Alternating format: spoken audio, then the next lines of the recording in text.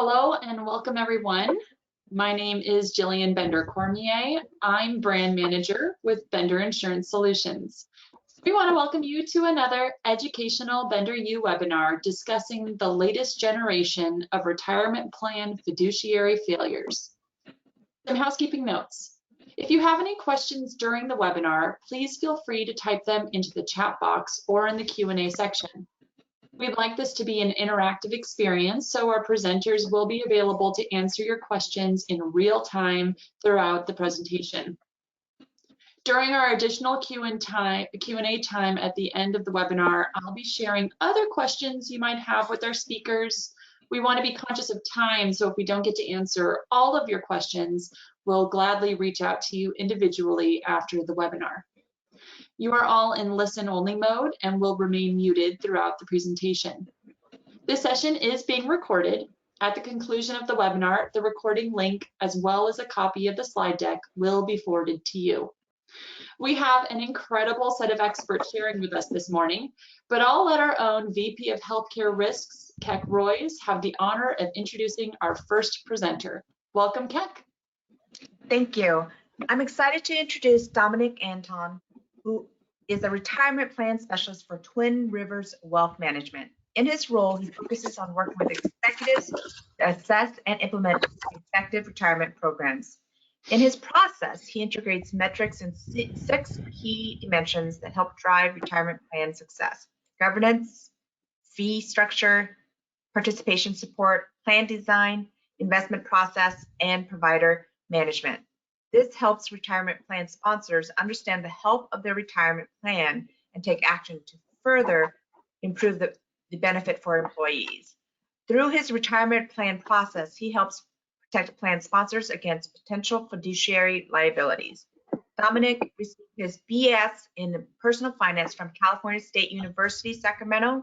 𝘠𝑚𝑦𝑡 holds the Certified Financial Planner designation, CFP, and has been an advisor since 2014. In his personal time, he enjoys cycling on the American River Trail, making pizzas in his pizza oven, and spending time with his wife and 3 children. Please help me welcome 𝘠𝑚𝑦𝑡. 𝘱𝑒𝑘, thank you so much for that introduction and having me on today's 𝘫𝑛DER-U. Very excited to cover the materials that we have. Ben, if you could please go to the next slide for us.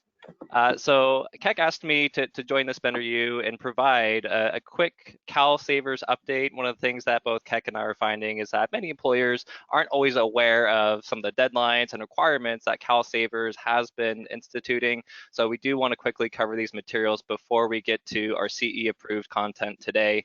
So high level, I'm going to go over what the CalSavers program is, some of the deadlines, fines for failure to comply, and requirements if you already have an existing group retirement plan.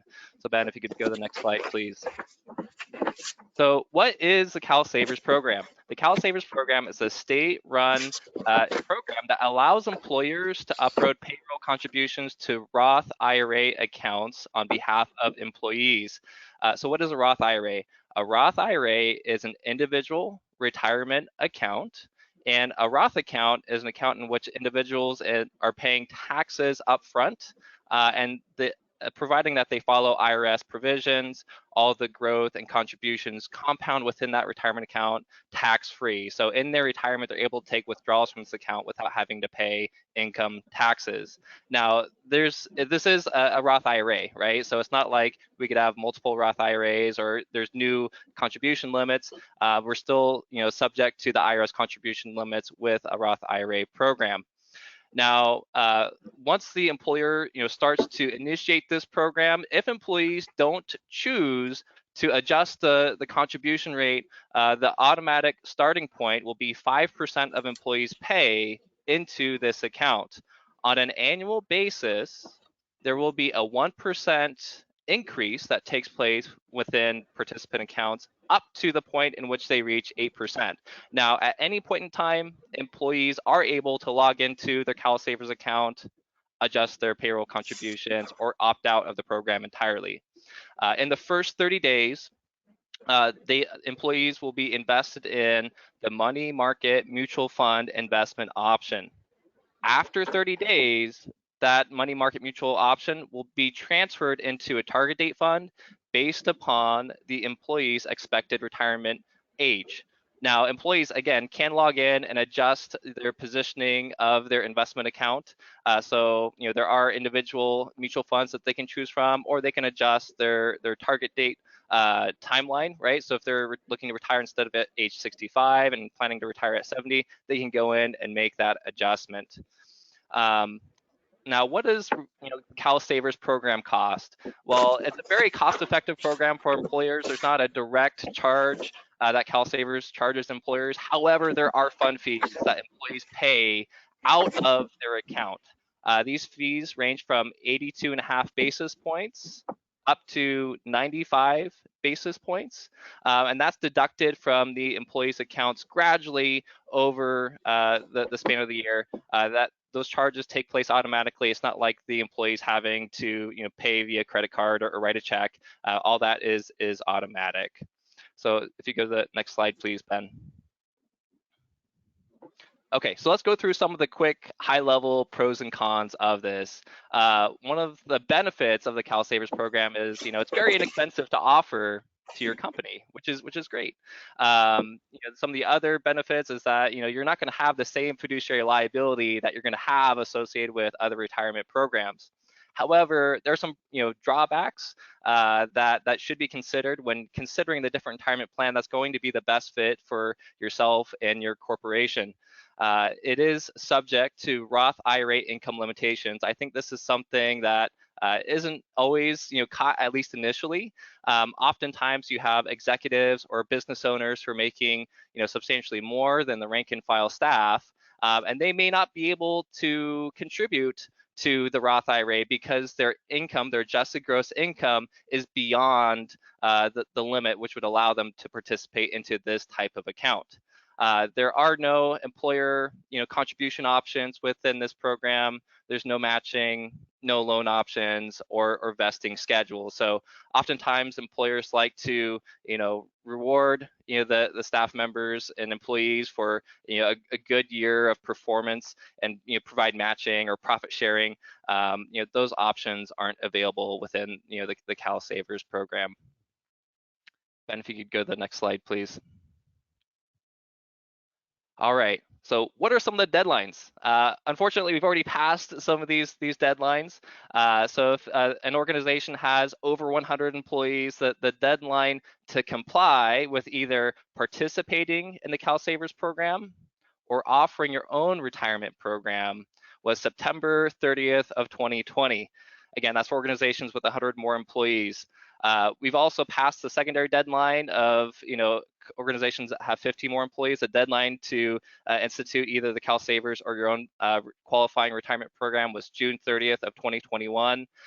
We're quickly approaching the last deadline. So for companies that have 5 or more employees, the approaching deadline is June 30th of 2020.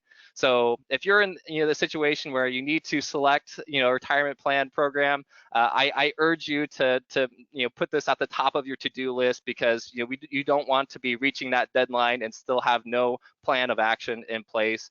Retirement plans or the 𝘭𝑚 program will take a bit of time to get up and running and operational. So again, you don't want to be in that position where you're scrambling to institute a retirement plan under duress.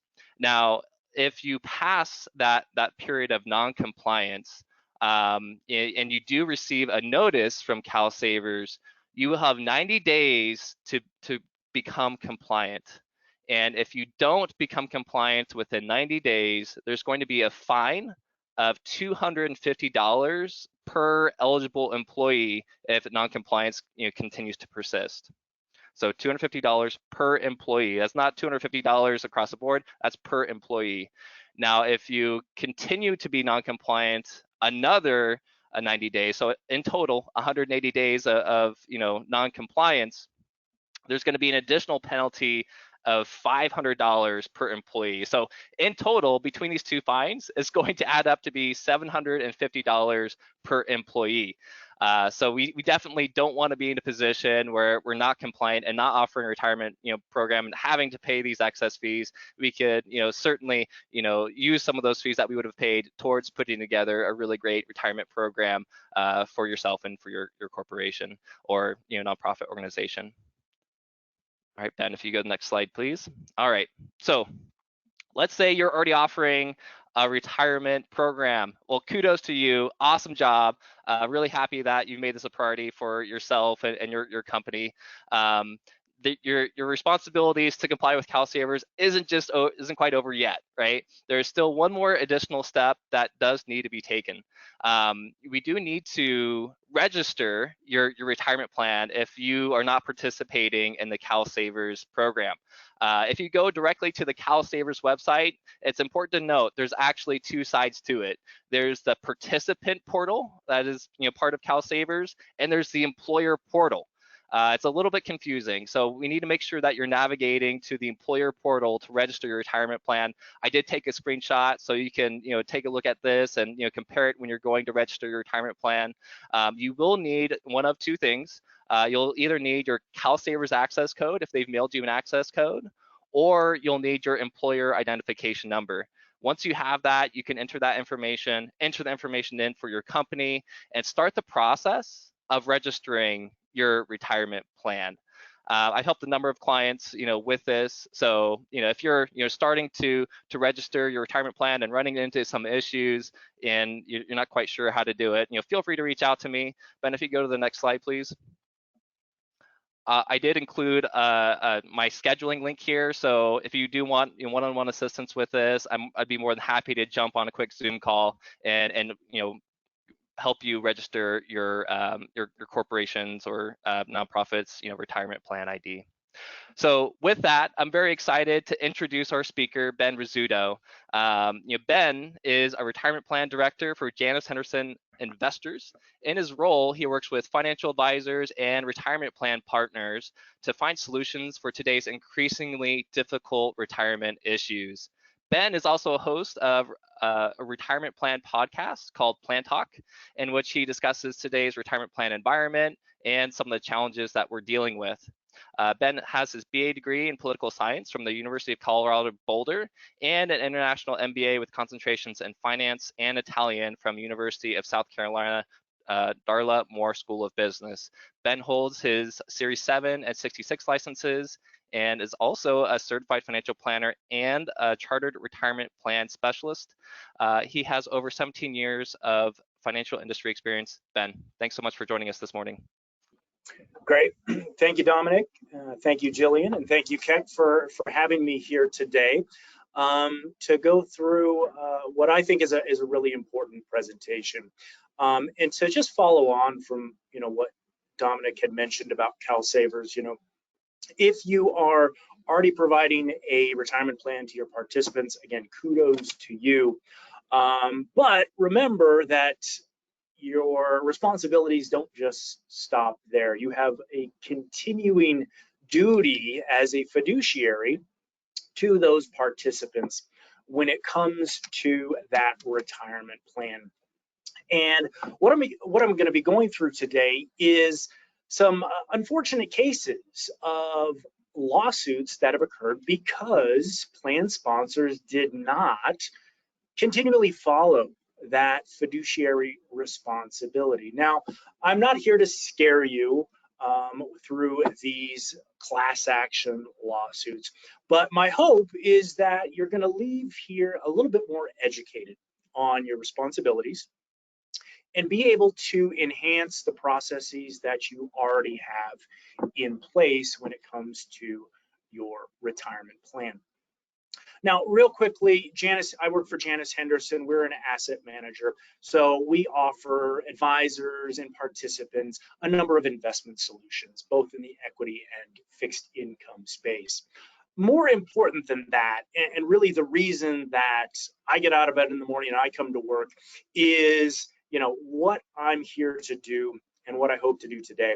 And it's really just help you connect the dots when it comes to your retirement plan and all of the responsibilities that you have through it and with it. Okay, so again, hopefully you leave here a little bit more educated and feeling a little bit more empowered about everything that can go on and is going on within a retirement plan.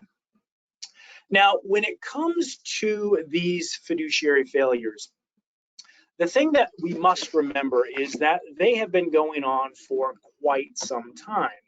And the rules when it comes to retirement plans are pretty complex. So it is easy to get tripped up. But hopefully through our time together today, you'll have a good feel for how these retirement plan lawsuits have evolved over time. More importantly, I think it's interesting and important to understand these emerging themes, where we'll spend probably the majority of our time today. Because if you're aware of these emerging themes, then you can develop processes to guard against them and be aware of these things in order to make sure that you aren't sued or audited by the DOL. And then finally, we'll leave you with some best practices. Like I said, the goal of today is to educate you and help you enhance the processes that you have in place. So I'm going to leave you with a number of best practices that you could utilize when it comes to a number of different areas of your plan. As Jillian mentioned in the beginning, if you have any questions, feel free to chat those in as I speak today, or of course, we can take your questions at the end of my presentation. But let's go ahead and start with where these plan lawsuits have evolved from. And if you think back, many of these lawsuits started way back in 2006. And the thing to note with this is that in 2006, the main targets of these lawsuits were huge billion-dollar companies that had billion-dollar plans. And why did these companies become part or find themselves in the crosshairs of the legal community? Well, there was a number of different issues that we'll see here momentarily, but the main goal of many in the legal community was to sue these plan sponsors and hopefully get a settlement out of it. All right. And you can see the settlements that were gained from these lawsuits. Again, these are huge plans, so the settlements are going to be just as huge, right? And these are companies that we're all aware of: Lockheed Martin, Caterpillar, General Dynamics, International Paper, right? So billion-dollar plans with million-dollar settlements. That was the main target and main goal back in 2006, and that has continued up until today. So what were the themes that were common to these lawsuits? The main themes that we saw through many of these lawsuits were four in number. Expensive share classes, okay? Were plans utilizing a retail or institutional share class when putting together their investment lineup for their plan participants? This gets into fees associated with those investments. The other issue is record-keeping fees, okay? In that, plan sponsors may not have really truly understood the revenue sharing arrangements that they had in place with all of their service providers. A third issue was that of improper investments. And this is an interesting topic and area because there's a lot of gray area when it comes to the idea of what is a proper versus improper investment. But for the most part, these lawsuits focused on excessive management fees of those improper investments and possible underperformance of those investments over a certain period of time. The final issue that really tripped up a lot of plan sponsors in the past was their investment policy statement, and not the fact that they had an investment policy statement, but the fact that they weren't following that investment policy statement. So we'll look at that a little bit more in the coming slides, but those were the common themes that were coming up in many of these lawsuits. And as I said, these are common themes that we still see today. Now, as far as the targets are concerned, it has moved from the billion-dollar corporation with the billion-dollar plan into an evolving set of targets. We've seen over the past several years 403(b) plans, such as those offered by universities. They have started to become part of these lawsuits. Multiple employer plans, MEPs, or the pooled employer plans, PEPs, those are becoming part of these lawsuits. And you can see these are different types of plan sponsors that are becoming part of these lawsuits. So the main point that I think all of you need to remember is that the targets are evolving, and it's not just the billion-dollar plan that is being sued or being looked at for these possible or alleged fiduciary breaches. So, hey Ben, we have a really quick question. Of course. The question is, they're asking if you could define who a record keeper is. Right. So when it comes to record keepers, and I think we can probably expand this to service providers. Generally speaking, the record keeper is going to be the institution where you set up the plan. So a couple of examples just for name recognition. Fidelity is a record keeper. Transamerica, Empower. Those are typically the record keepers that we're talking about and thinking about when it comes to these lawsuits. The other thing to think about when it comes to the record keeper is, well, what do they do when it comes to the administration of the plan and when it comes to the services that they provide to participants. And in many cases, it can just be holding assets and sending out statements and things like that, right? But we need to understand what that record keeper is doing and how much it is costing. And we'll talk about that a little bit more. So hopefully that helps define who we're talking about when it comes to record keepers. If there's other questions, feel free to let me know on that, okay? So let's move forward and let's talk about where we're at today. And while the main four common themes that we saw previously are still part of a lot of cases, there are an emerging set of themes that is coming forward. And I think it really prompts many of you as plan sponsors and fiduciaries or investment committee members to be aware of these, okay? So first and foremost is, unfortunately, these lawsuits have moved downstream, okay? As we see with a lot of different things in retirement plans. But these lawsuits have moved downstream. So here is a case from back in 2014. And, you know, think about the last time that you took your car in to be serviced, right? Or had a fender bender and you had to take your car in to have the bumper replaced or realigned or whatever it may be. Well, that's the company that got sued in this case. This 𝘠𝘠𝑚𝑔𝑡𝑟𝑦's Collision is a auto collision company in Minnesota. And you can see this is a relatively small plan in that it had $9.2 million in plan assets and only 114 plan participants. Now, as far as the issues that came up, were very similar to those that we saw in the past, right? In that the plan sponsor didn't have a good process, a prudent process in place when it came to the evaluation, selection, and monitoring of their investment options. Okay, that's an important one that we'll see again and again. Also, we have this idea of the fees that were being paid to the record keeper or service provider. And the complaint was that a prudent fiduciary, in this case 𝘠𝘠𝑚𝑔𝑡𝑟𝑦's, had failed to monitor those fees.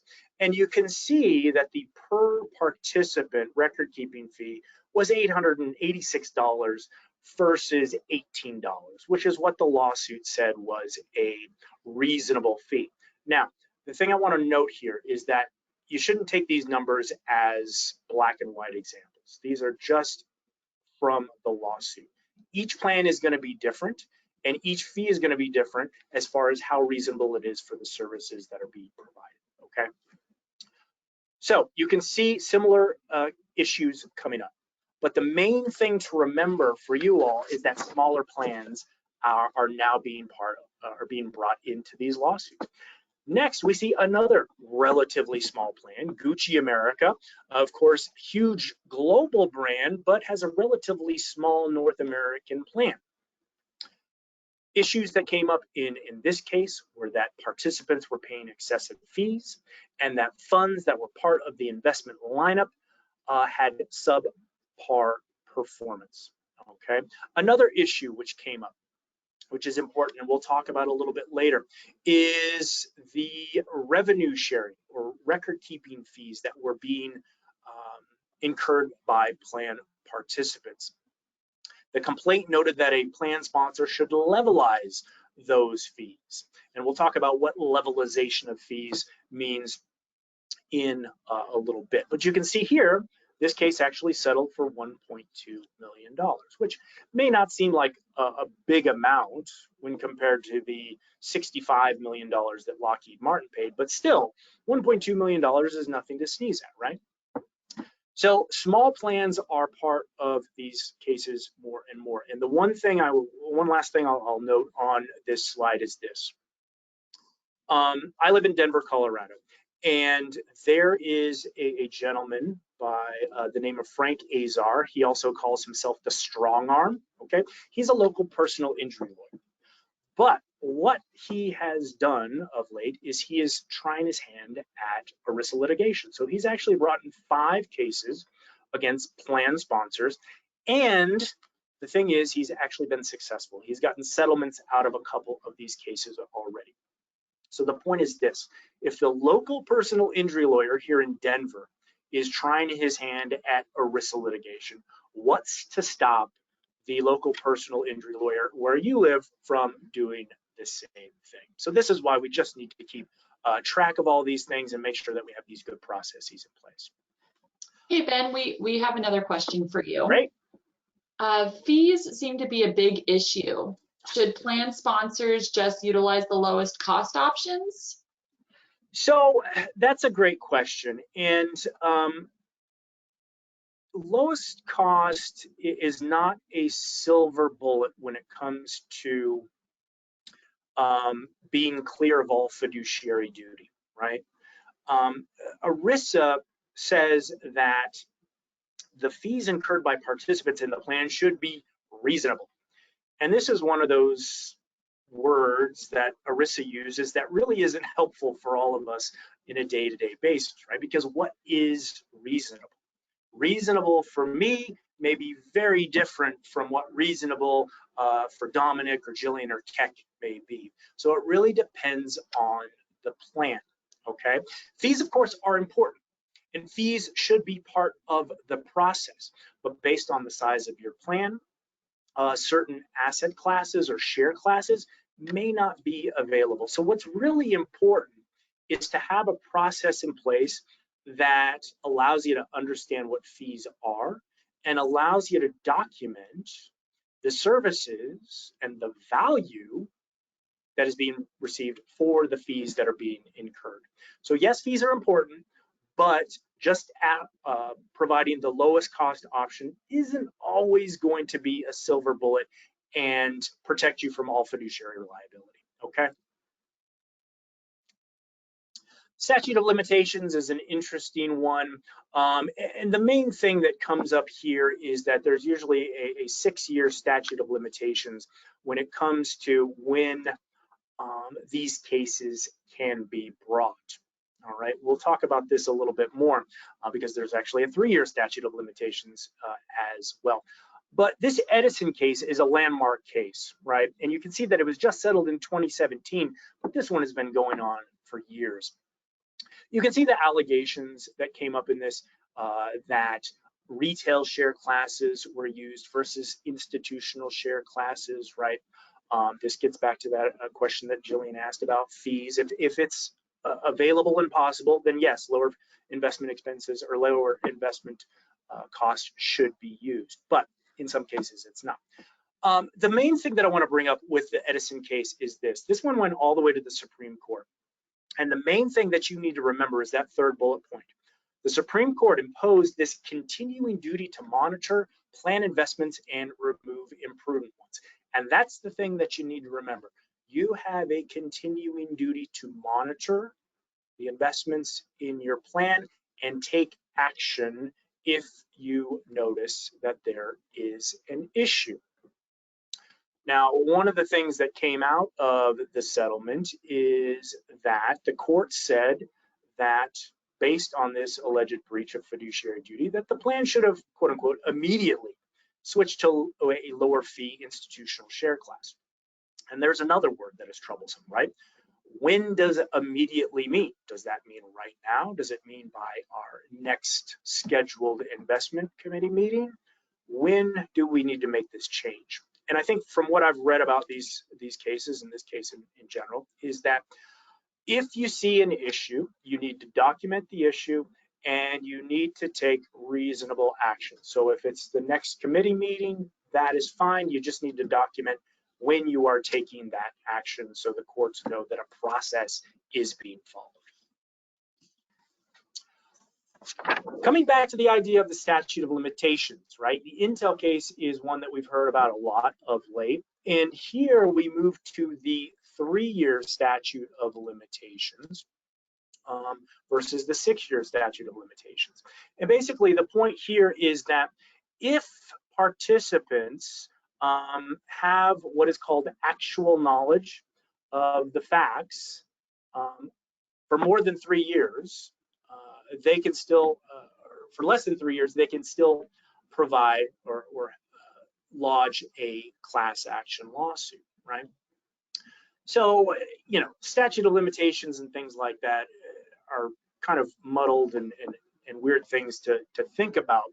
And that goes for this idea of actual knowledge as well. And, you know, this case again went to the Supreme Court. The Supreme Court said that plan participants, even though they received some written notification on plan investments, didn't have this actual knowledge, right? So here's the point I want to make about actual knowledge, because that's the thing that affects you all at the plan and participant level. This really speaks to how we communicate with participants, okay? And this case dealt with the types of investments that were part of the plan's target date fund series, in that it included alternatives and private equity funds, okay? So what this really means is that you need to be very clear when communicating with participants as to what is part of the plan menu. And I'm sure you already do this, or your record keeper does this, through a number of the documents that they send to participants. The other thing that I think this case really helps us with is it helps us move towards more of an electronic delivery of client disclosures. Because with electronic delivery of disclosures, what that allows us to do is it allows us to say, hey, Mr. Participant, have you received this documentation and have you read it? And they have to check a box in order to disclose that. So I think this is going to move us more towards an e-disclosure sort of scenario when it comes to just information about the plan, and it'll probably help with a number of these statute of limitations lawsuits. Moving on, like I said, higher education institutions have now been brought into these lawsuits. We'll look at a couple over the next couple of slides. These two are one of probably about 20 lawsuits about against universities. These are the largest settlements that I've seen to date. You can see the settlement for MIT is $18 million. The issues that came up were that they didn't act in the best interest of participants. They didn't go through a competitive bidding process in order to select a record keeper. There was also some kickbacks, illicit kickbacks, as it was said in the allegation, to that record keeper. All right. So again, this speaks to the fact that you need to go through a bidding process or an RFP process on a periodic basis. I think what's also important about this case is what came from the settlement. Of course, the monetary settlement is important, and that's the thing that most people look at. But let's look at some of the non-monetary aspects of this. Annual fiduciary training was recommended for those who are part of the investment committee. Now, this is something that's not required by ERISA, but it is becoming a best practice. We talked about the RFP, request for proposal. The plan was asked to go through that process again and include at least 3 service providers.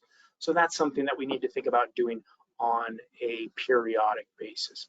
And then also make sure that we're communicating with participants about the right things and there's no conflict of interest, specifically when it comes to participants and the communication around rolling over assets into an IRA after they separate from service. Emory University, another settlement here. The interesting point with Emory University is that second bullet point, the number of investment options that were provided to participants. Now, with the plans that you all work with, you may not have 111 investment options, but in this case, that was deemed to be too many. Participants were overwhelmed. And again, the issue that we run into is that there's no one right number, right? So we need to figure out what's going to be best for our participant base. So it really gets into the specifics of your plan, the specifics of the participant, the investment sophistication of your participants. 111 may be too many, but I would say 2 is too few, right? So where do we find that Goldilocks zone as far as the number of investments go? Like I said, there's no one right number, but I think this is a great process and a great discussion to have with investment committee members and your advisor to figure out what are going to be the best options to offer to participants. Hey, Ben, I have a question for you. Okay. Is it bad to have proprietary funds within the retirement plan lineup? So it's not bad to have proprietary funds in the plan lineup. However, there have been more and more cases that have brought proprietary funds into question. I think the way that a plan sponsor answers that question is to say, this is our due diligence process as far as our target date fund series go. Just for example, we looked at a proprietary fund when we looked at 2 outside funds, for example. We chose the proprietary fund because of X, Y, and Z, all right? So if you can show that process and you can show the reasons why that proprietary fund was included, then you should be okay, all right? But to your question, more and more cases are looking at that. So it just really highlights the idea of having that process and that documentation as to why it was chosen. Cybersecurity, one more kind of new issue that we now have to be aware of.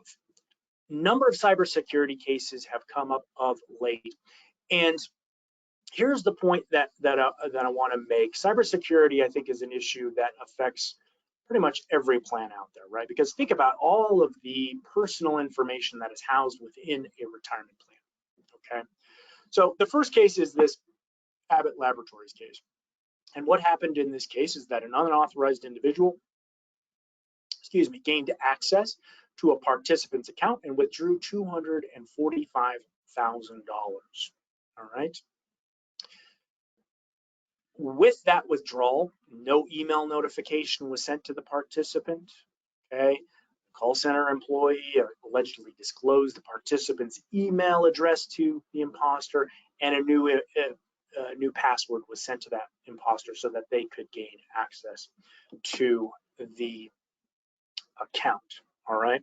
Now, part of this case was dismissed against Abbott Laboratories, but the record keeper is still in the court system hammering this one out. Another case deals with Este Lauder. And it's kind of the same sort of issue where a hacker obtains access to an account and makes 3 unauthorized distributions totaling just under $100,000 from that participant's account. And the thing that I want to point out with these 2 cases is this. It's really not any sort of exotic hacker activity that's going on here. It's just imposters calling the call center, calling the service number, trying to get access to the account, being sent a reset password code, and then going from there, okay? So what I think this highlights, and we'll talk about more best practices when it comes to this at the third part of the presentation, is it's important for plan sponsors to understand the processes that record keepers and service providers have in place to protect client assets and protect your clients' participants' identities. One final cybersecurity case is this one, this Leventhal versus Man-Marblestone. This is an interesting one because, again, we see that a cyber criminal, an imposter, obtained access to a participant's account. They actually got a copy of a distribution form. They took that distribution form, they edited it, and they withdrew $400,000 from that participant's account.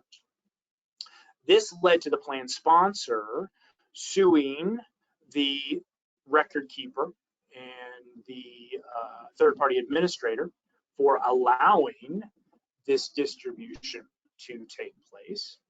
But then in turn, the service providers, the TPA and the record keeper, actually sued the plan sponsor. It was actually the plan sponsor's own carelessness that led to this. Now, what is this all about? Well, what this was about was that the cyber criminals obtained a copy of that participant's distribution form because an employee of the company was sending these documents from her own personal email address. All right. Now, over the past couple of years, how many employees and participants have been working from home and probably on their home Wi-Fi network or using their personal email? So you think about, how this could affect a number of different companies just based on the virtual nature of work these days. The point is this: cybersecurity is an issue that we need to really try to get our hands around and work with service providers in order to make sure participant identities and assets are protected. Ben, we had a question on that note. Are there any other best practices that we can implement when it comes to cybersecurity? Sure. So I'll touch on, in the third section, a couple pieces that the DOL put out that I think provide some great tools for plan sponsors to implement and work with record keepers on. But the thing I want to point out is that when it comes to cybersecurity, it's not just on you as the plan sponsor to set this up, right? This is something where you should work with participants in order to help them protect themselves. So I've seen a number of campaigns that plan sponsors have done of late where they will reach out to plan participants, either by phone or by email, or if your company's small enough, just going up to someone in the cafeteria and saying, hey, we're making sure that all of our participants' 401k accounts have set up two-factor authentication. Okay, this is the best practice that I think is important to implement. Setting up two-factor authentication is a great way to further protect participant assets and information. And it's something that I think you can include and really push participants to do through really, face-to-face or personal contact and communication. So I think it's one of those things that is really needs to be done from a top-down or bottom-up sort of process. All right. You know what? Let me jump forward a couple slides just in order to keep on time. And I want to touch on stable value funds. Here we've got a case against American Airlines. And the issue that arose was that American Airlines provided its participants with a money market fund versus a stable value fund. And the allegation was that the money market fund provided tremendously poor returns and was, as you can see, effectively the same as a poorly managed checking account as far as the returns are concerned. It didn't provide participants with the ability to keep up with inflation. But here's the thing that we need to remember. A money market fund is a money market fund. It really doesn't do much more than act like a checking account, right? It shouldn't provide more yield or return than a stable value fund. So because of that, this case was actually dismissed, okay? Because there was nothing in ERISA that says that a plan sponsor or the plan sponsor had to offer a stable value fund, okay, versus a money market fund. And I think for you all, it's not to say that money market funds are bad and stable value funds are good or vice versa, or that you need to offer both. It's just that you need to understand what each provides and figure out what's going to be in the best interest of your participants, all right? Like I said, improper investments is an interesting topic, and I want to move forward to one of my favorite cases of the last few years, this one against Rollins. And I think this opens up a number of interesting topics to think about with your investment committee colleagues. The theme that came up in this allegation was that the plan sponsor did not provide participants with the ability to diversify their investments. How did they do this? Well, they did this because their plan core menu included 12 mutual funds, okay, which may be a little less than average, but it's not, it's not 2 like I mentioned earlier. But here was the issue that came up.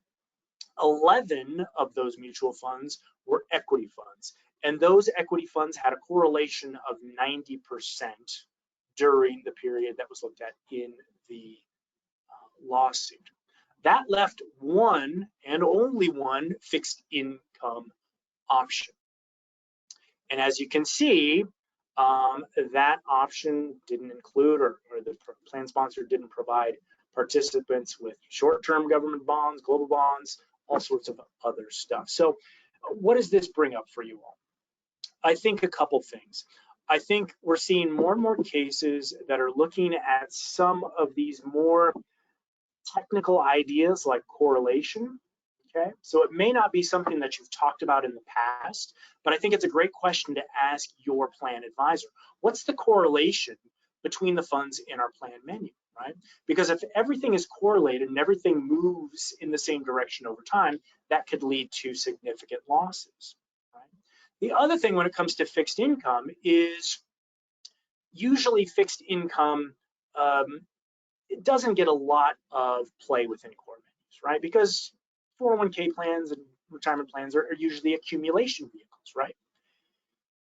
But more and more, employees are working longer. They're working into their 50s, their 60s, maybe even later. Retirement plans are also becoming decumulation vehicles. So I think more attention needs to be paid to the fixed income portion of the plan lineup. Now, just having one fixed income fund, I think, is too few. But the question then becomes as well, what else should we provide to our participants that are going to allow them to diversify appropriately, not only now when they start working with our company in their 20s, but as they age with our companies and get into their 50s and 60s and become more conservative, okay? So again, no black and white answers as far as these things go, but it just really provides some good questions that I think are important to answer. Speaking of questions, then, I do have 2 questions. Okay. 2 questions that have come through. Okay. The first one is, can you provide your thoughts and / benefits on hiring a 338 investment manager? Sure. Okay. So 338 investment manager. This is going to be an advisor who's going to come in and take some, but not all, of the fiduciary liability off your plate when it comes to the selection of your investment lineup, okay? And I think working with a 338 advisor is a great thing to consider because, one, like I said, it decreases the fiduciary liability that you have as far as investments go, but also that person just has more time and effort, or time and expertise when it comes to the investments. So if that is something that you think is going to be helpful to you and your participants, I think that is something that definitely can help. Okay. Second question. Thanks, Ben. The next question I have is there a best practice for establishing a default investment for participants? So with default investments, this is your QDIA, your qualified default investment alternative. That's going to be the thing, of course, that participants are defaulted into if they don't select something. In most cases, it's going to be a target date fund series, all right? That is what most plans utilize. Now, you don't have to utilize a target date fund series. You really just have to provide participants with a diversified option, right? So that could be a target date fund. It could be just a balanced fund, which provides exposure to both equity and fixed income all in one wrapper. You know, and again, it really comes down to your plan and your participants. I think the nice thing about target date funds is this. Participants, I think, understand them a little bit more in that you can say, okay, Dominic, when are you going to retire? And Dominic will say, well, I'm going to retire in 20 years. So we would say, okay, use the 2040 fund. That will automatically change your allocation over time and become more conservative. Okay, so I think target date funds are a great option. They're understood by plan participants a little bit more. But it's not to say that a balanced fund wouldn't be a good option as well. Again, I'm dancing around here with the answer because there is no one right answer when it comes to the target date fund. It just needs to be a diversified option. Okay, let me jump forward and talk about some best practices real quickly so we have just a few minutes before the top of the hour. First off, like I said, fees are a huge issue when it comes to these cases.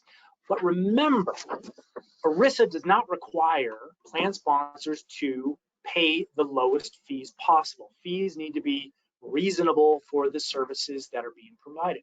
So what does this really mean for you all? It means that you need to understand the fees that you are paying.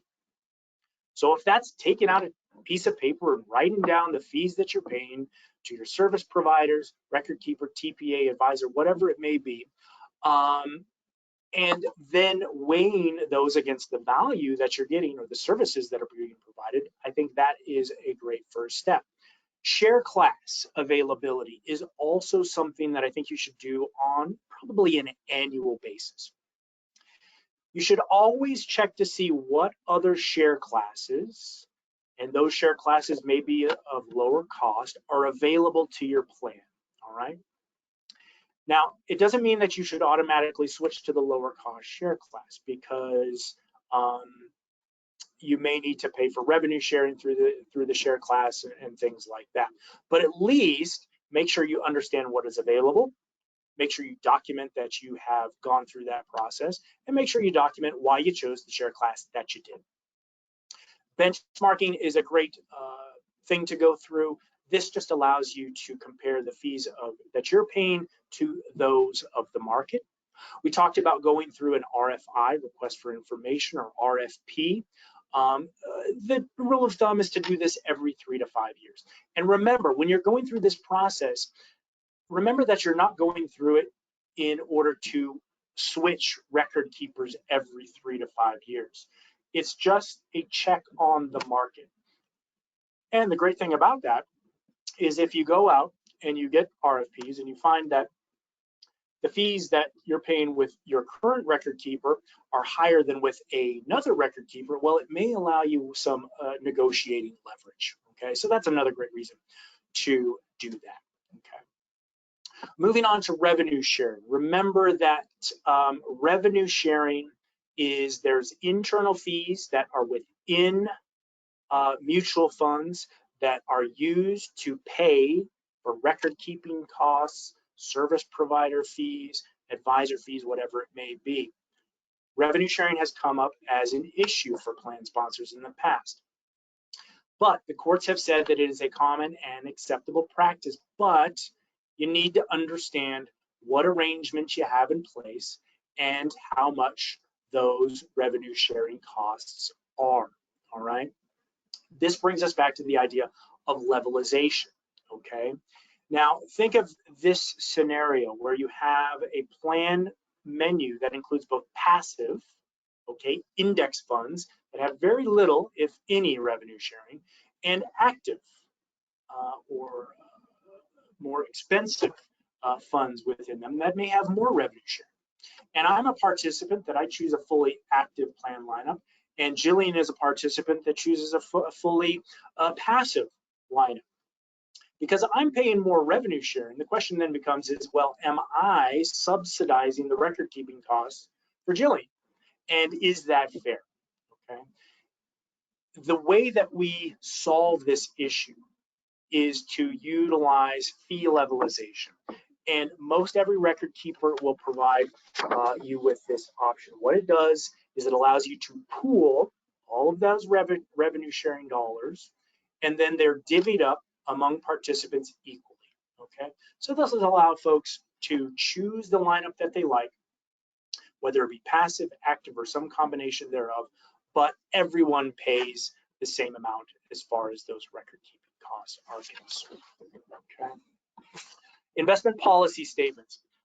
Best practice, well, first and foremost, remember, ERISA says that you don't actually have to have an investment policy statement, but I think all of us would agree it is a best practice. So make sure that you have an investment policy statement. And once you have that investment policy statement, make sure that you follow it, okay?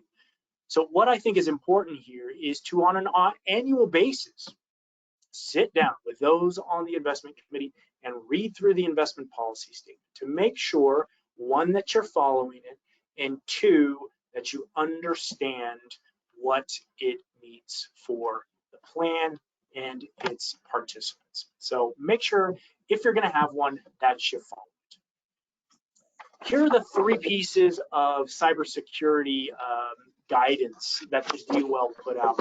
Tips for hiring a service provider, those best practices, and the online security tips.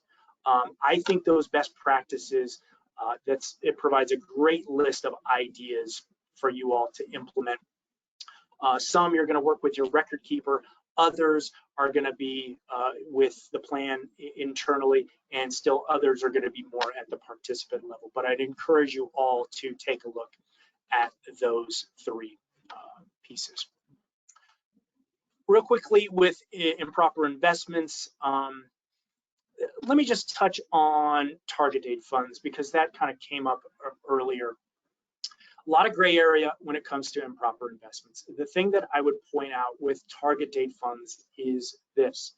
They play a huge role when it comes to retirement plans, okay? A lot of money goes into the target date fund series. So I would submit that the QDIA fund, or in many cases that target date fund, is the most important investment decision that a investment committee makes. So first and foremost, you need to ensure that it goes through the same due diligence process and the same monitoring process as each and every other fund in the plan menu, okay? That's first. Also, getting back to that idea of proprietary funds, it may be worth looking into the idea of a custom target date fund, okay? This allows you to customize and use a best of breed approach in putting together a target date fund series that includes a Janus Henderson fund and maybe an American Funds fund and all sorts of other funds in order to create, again, a best of breed target date fund for your plan sponsors.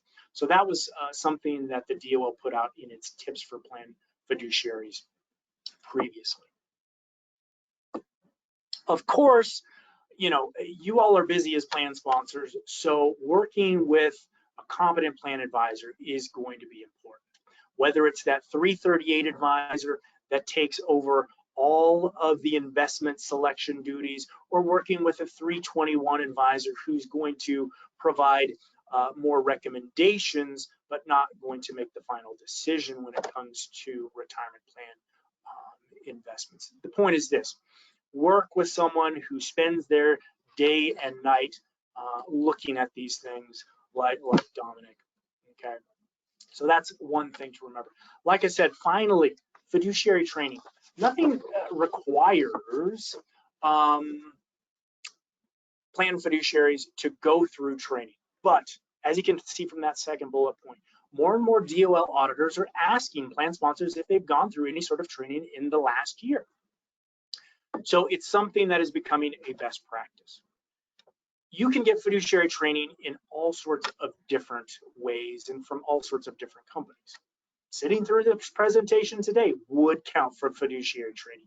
We at Janus Henderson put out something called our Top DC Trends and Developments Guide, which I know Dominic gets a copy of. That is a curated compendium, let's say, of all or a lot of the news that's going on at the plan, the participant, the legal, and regulatory level. By going through that on a quarterly basis, that checks the fiduciary training box. And all of you know, the other asset managers out there have a lot of other stuff that could be deemed fiduciary training, as well as the folks at Bender. So just to finish up, because I know we're just over time, the point is this: remember, your process is important. And in many cases, a process is what helped plan sponsors get out of a legal pickle, right? So make sure that you've created a process, make sure that you're following that process, and then make sure you're documenting the decisions and things that come out of that process. So with that, my hope is that this has given you some ideas that can help you enhance that process, giving you some ideas that you can bring back to your investment committee meetings in order to have some more conversations about what can be done that's in the best interest of participants and the plan overall. So with that, Dominic, I'll pass it back to you or Jillian, and we can take any questions or any last comments. Excellent. Well, thank you so much, Ben. You had really, really great content today. Really appreciate you making the time to go through this with us, and hopefully we were able to grab and integrate some of these best practices that we'll be able to start to use with our retirement plans. Before we open it up to Q&A, I had a couple calls to action for everyone who's attending here. The first is, if you haven't yet registered your retirement plan on CalSavers, be sure to do so. Again, my scheduling is in there, so if you need assistance with that, more than happy to jump in and assist you. I am going to be providing a follow-up to everyone who has attended. Ben, if you don't mind toggling over to the Fiduciary RX. So we covered a number of fiduciary issues, that are coming up more and more, in today's environment. I actually have a tool that you as plan sponsors can utilize to assess the fiduciary health of your retirement plan. I'm finding that oftentimes plan sponsors are really good in certain areas and they're missing a couple key things in a couple other areas. If you don't mind going to the second page, but this process actually goes through the 6 key areas that are really important to running a compliant retirement plan, and it'll help create a score and metrics associated with how you can improve the overall health of the fiduciary aspects of your retirement plan. So a really, really helpful and useful tool in your effort to run a compliant retirement plan and protect yourself against fiduciary liability.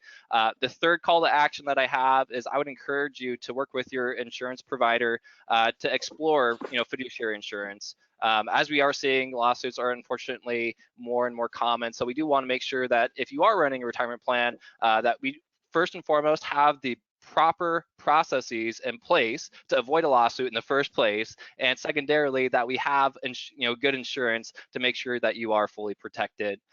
So with that, I think we're going to transition it and open it up to Q&A to see if there's any additional questions for Ben and myself. Wonderful, thank you. We do have just a couple questions, and I'll keep it at that just to be sensitive of time. The first question I have is, many talk about the idea of a fiduciary folder. What should we include in ours? Just a couple things that I would include. Minutes to or from your investment committee meeting should be kept in that fiduciary folder. Many times I know the review of the investment lineup is part of a review. So any sort of metrics or reports that your advisor provides, I would put that in the fiduciary folder as well. Also, if you go through that fiduciary RX process, I think that would be a fantastic thing to put in your folder, because not only does it provide you with some a view of your plan currently, but it gives you some ideas of next steps. Wonderful, thank you. And I'll say this will be our final question. I work for an organization administrating their plans. Can I personally be liable, and are my personal assets at risk? So, yes, ERISA is clear that there can be personal liability if you are deemed to be an administrator for a plan. That can be fines. They also mention that jail time may actually be a part of that as well. So yes, you could be personally liable. And again, that just highlights how important it is to understand the responsibilities that you have and make sure that you're following them. Well, wonderful. Thank you again, Ben. Thank you, Dominic, for sharing with us today. We appreciate you all for taking time out of your busy schedules to join us for today's Bender U. And just as a reminder, this session has been recorded, and a link to view and share the recording will be emailed to you following the webinar, along with a copy of today's slide deck. Should you have any questions that arise after our webinar, we know that tends to happen, please feel free to reach out to us. We'll be happy to connect with you individually. Thank you again, gentlemen, and to Keck, and thank you for joining us for today's Bender U. We hope to see you at a future session. Thanks so much.